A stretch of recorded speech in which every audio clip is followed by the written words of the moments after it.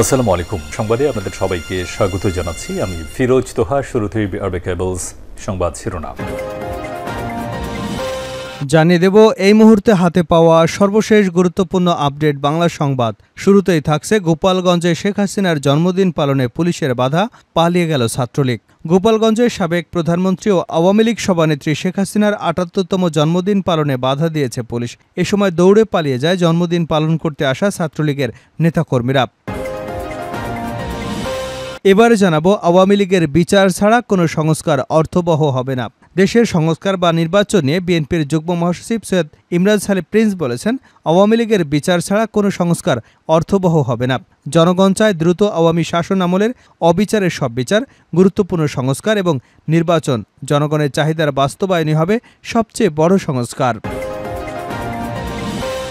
জানাবো দ্রুতই এক হচ্ছে ইসলামী দলগুলো। এ বিষয়ে যা বললেন চরমোনাই পীর।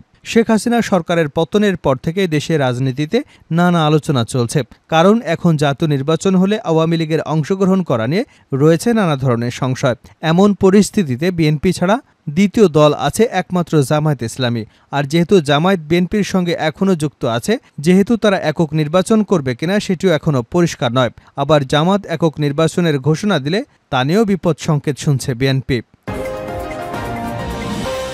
এদিকে অন্তর্বর্তীকালীন সরকারের ভেতরে সুবিধাভোগীরা ঢুকে গেছে। বাংলাদেশ পেশাজীবী অধিকার পরিষদের ৩য় প্রতিষ্ঠা বার্ষিকী উপলক্ষে ছাত্র জনতার অভ্যুত্থান পরবর্তী রাষ্ট্র সংস্কারে পেশাজীবীদের ভাবনা শীর্ষক আলোচনা সভায় বিকাল ৩টায় ঢাকা রিপোর্টার্স ইউনিটি নজরুল হামিদ মিলনায়তনে এসব কথা বলেন ভিপি নুরুল হক নূর।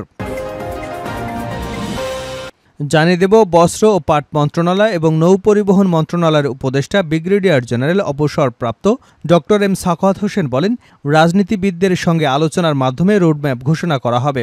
দেশে একটি স্বাধীন পুলিশ কমিশন গঠনের দাবিও জানিয়েছেন তিনি। এবং সর্বশেষ জানাবো আন্তর্জাতিক সংবাদ। ইসরায়েল জুড়ে ক্ষেপণাস্ত্র হামলা চালাচ্ছে ইয়েমেন, আতঙ্কে তেল আবিববাসী। হিজবুল্লাহর প্রধান হাসান নাসরুল্লাহ নিহতের খবরের মধ্যেই ইসরায়েল জুড়ে ক্ষেপণাস্ত্র হামলা চালিয়েছে ইয়েমেন। শনিবার সন্ধ্যায় রাজধানী তেল আবিব এবং দখলকৃত মধ্য ফিলিস্তিনের দিকে এসব ক্ষেপণাস্ত্র নিক্ষেপের পর ওই সমস্ত অঞ্চলে সাইরেন বেজে ওঠে বলে জানিয়েছে ইরানি সংবাদ মাধ্যম। ইসরায়েলি সেনাবাহিনীর মুখপাত্র জানিয়েছে, ইয়েমেন থেকে একটি ক্ষেপণাস্ত্র দখলকৃত ফিলিস্তিনের মধ্যাঞ্চলে নিক্ষেপ করা হয়েছে। এতক্ষণ শিরোনাম শুনছিলেন, এবার বিস্তারিত। প্রিয় দর্শক, আপনি যদি এই চ্যানেলে নতুন হয়ে থাকেন, ভিডিওটি দেখতে দেখতে চ্যানেলটি সাবস্ক্রাইব করে আমাদের সঙ্গে থাকুন। আর এই ভিডিও সম্পর্কে আপনি আপনার মূল্যবান মতামতটি কমেন্ট বক্সে জানিয়ে দিন। আর হ্যাঁ প্রিয় দর্শক, জানিয়ে দিন ভিডিওটি কোথা থেকে দেখছেন। গোপালগঞ্জে শেখ হাসিনার জন্মদিন পালনে পুলিশের বাধা, পালিয়ে গেল ছাত্রলীগ। গোপালগঞ্জের সাবেক প্রধানমন্ত্রী ও আওয়ামী লীগ সভানেত্রী শেখ হাসিনার ৭৮তম জন্মদিন পালনে বাধা দিয়েছে পুলিশ। এ সময় দৌড়ে পালিয়ে যায় জন্মদিন পালন করতে আসা ছাত্রলীগের নেতাকর্মীরা।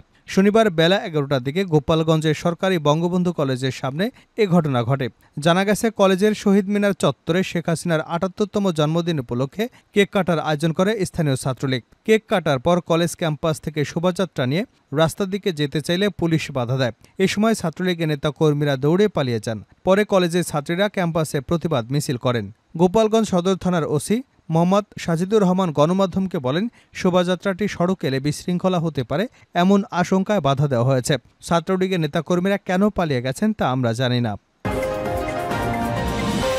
আওয়ামী লীগের বিচার ছাড়া কোনো সংস্কার অর্থবহ হবে না, প্রিন্স।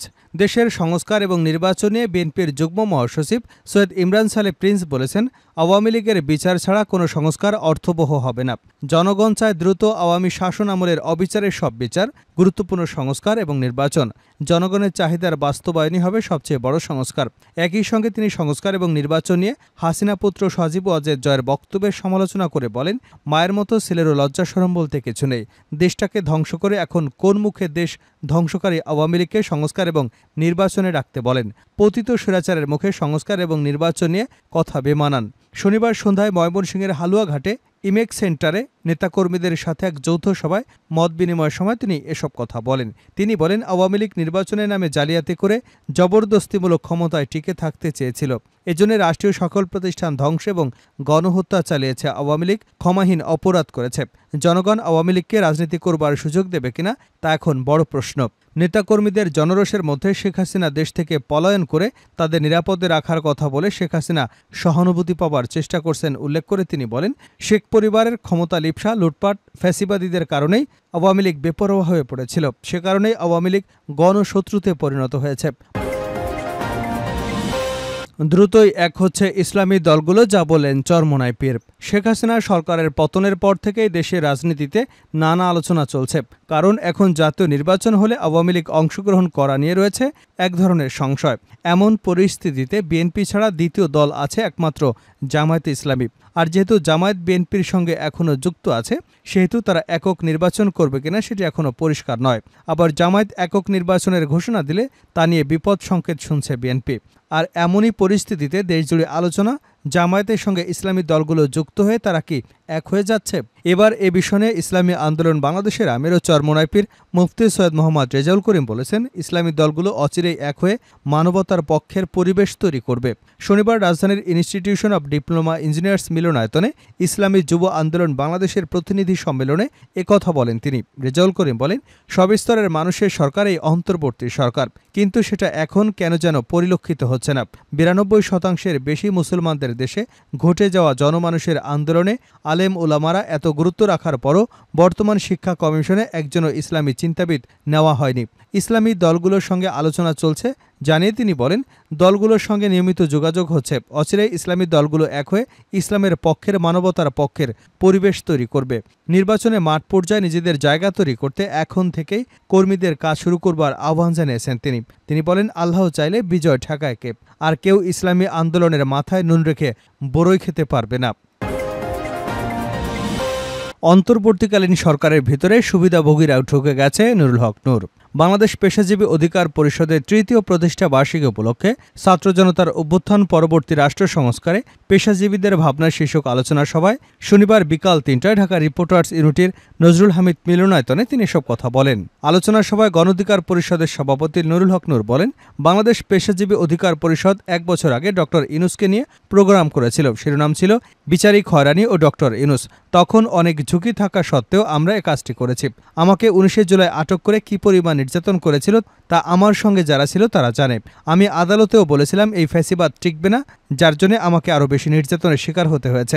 ১ বছর আগে আমরা বলেছিলাম ২ বছরের জন্য জাতীয় সরকার গঠন করতে হবে। এখন যে পরিস্থিতি তৈরি হয়েছে, বর্তমান সরকারের ভিতরে সুবিধাবাদীরা ঢুকে গেছে। এই এনজিও মার্কার সরকার নিয়ে খুব বেশি দূর এগোনো সম্ভব নয়। আমরা বলছি সরকারকে জাতীয় সরকারে রূপ দিতে। অনেকেই ভাবতে পারেন আমি উপদেষ্টা হবার জন্য বলেছি। আমি এখানে ঘোষণা দিচ্ছি আমি সরকারের পার্ট হব না, তবে সরকার চাইলে আমরা প্রস্তাব দিতে পারি। গত কয়েক বছর ধরে এই পটভূমি রচিত হয়েছে। ২০১৮ সালের আন্দোলন না হলে ২০২৪ সালে এ আন্দোলন হতো কিনা সন্দেহ। এই আন্দোলনের সামনের সারির অনেকেই আমাদের ছাত্র অধিকার পরিষদে ছিল। তাই বলে আমরা তো নিজেদের মাস্টার মাইন্ড দাবি করতে পারি না। এই আন্দোলনে বিএনপি জামাতের অংশগ্রহণ না থাকলে আন্দোলন সফল হতো না। শেষ করছে আন্তর্জাতিক সংবাদ দিয়ে। ইসরায়েল জুড়ে ক্ষেপণাস্ত্র হামলা চালাচ্ছে ইয়েমেন, আতঙ্কে তেল আবিববাসী। হিজবুল্লাহর প্রধান হাসান নাসরুল্লাহ নিহতের খবরের মধ্যেই ইসরায়েল জুড়ে ক্ষেপণাস্ত্র হামলা চালিয়েছে ইয়েমেন। শনিবার সন্ধ্যায় রাজধানী তেল আবিব এবং দখলকৃত মধ্য ফিলিস্তিনের দিকে এসব ক্ষেপণাস্ত্র নিক্ষেপের পর এসব অঞ্চলে সাইরেন বেজে ওঠে বলে জানিয়েছে ইরানি সংবাদ মাধ্যম। ইসরায়েলি সেনাবাহিনীর মুখপাত্র জানিয়েছে, ইয়েমেন থেকে একটি ক্ষেপণাস্ত্র দখলকৃত ফিলিস্তিনের মধ্যাঞ্চলে নিক্ষেপ করা হয়েছে। এছাড়া তেল আবিবের উত্তরাঞ্চলে 2টি জেলায় সাইরেন বেজে উঠলে সেখানেও বিস্ফোরণের শব্দ শোনা যায়। ইসরায়েলের সংবাদ মাধ্যমগুলো জানিয়েছে, রাজধানী তেল আবিব এবং দখলকৃত ফিলিস্তিনের কেন্দ্রস্থলে বড় অংশে সতর্ক সাইরেন বাজানো হয়েছে। ইয়েমেনের সূত্র জানিয়েছে, ইয়েমেন থেকে দখলকৃত ফিলিস্তিনিদের দিকে একাধিক রকেট নিক্ষেপ করা হয়েছে। পশ্চিম তীরে অবস্থিত বসতিগুলোতে সাইরেন বেজে উঠেছে বলে জানা গেছে। হিব্রু ভাষার প্রকাশিত ইসরায়েলি আরও কিছু সূত্র জানিয়েছে, তেল আবিবের আকাশে এবং দখলকৃত ফিলিস্তিনের অন্যান্য কিছু অঞ্চলেও বিস্ফোরণের শব্দ শোনা গেছে। এসব হামলায় ইসরায়েলি বাহিনীর জন্য একটি নতুন হুমকি হিসেবে আবির্ভূত হয়েছে, যা চলমান মধ্যপ্রাচ্য সংঘাতে নতুন এক মাত্রা যোগ করেছে।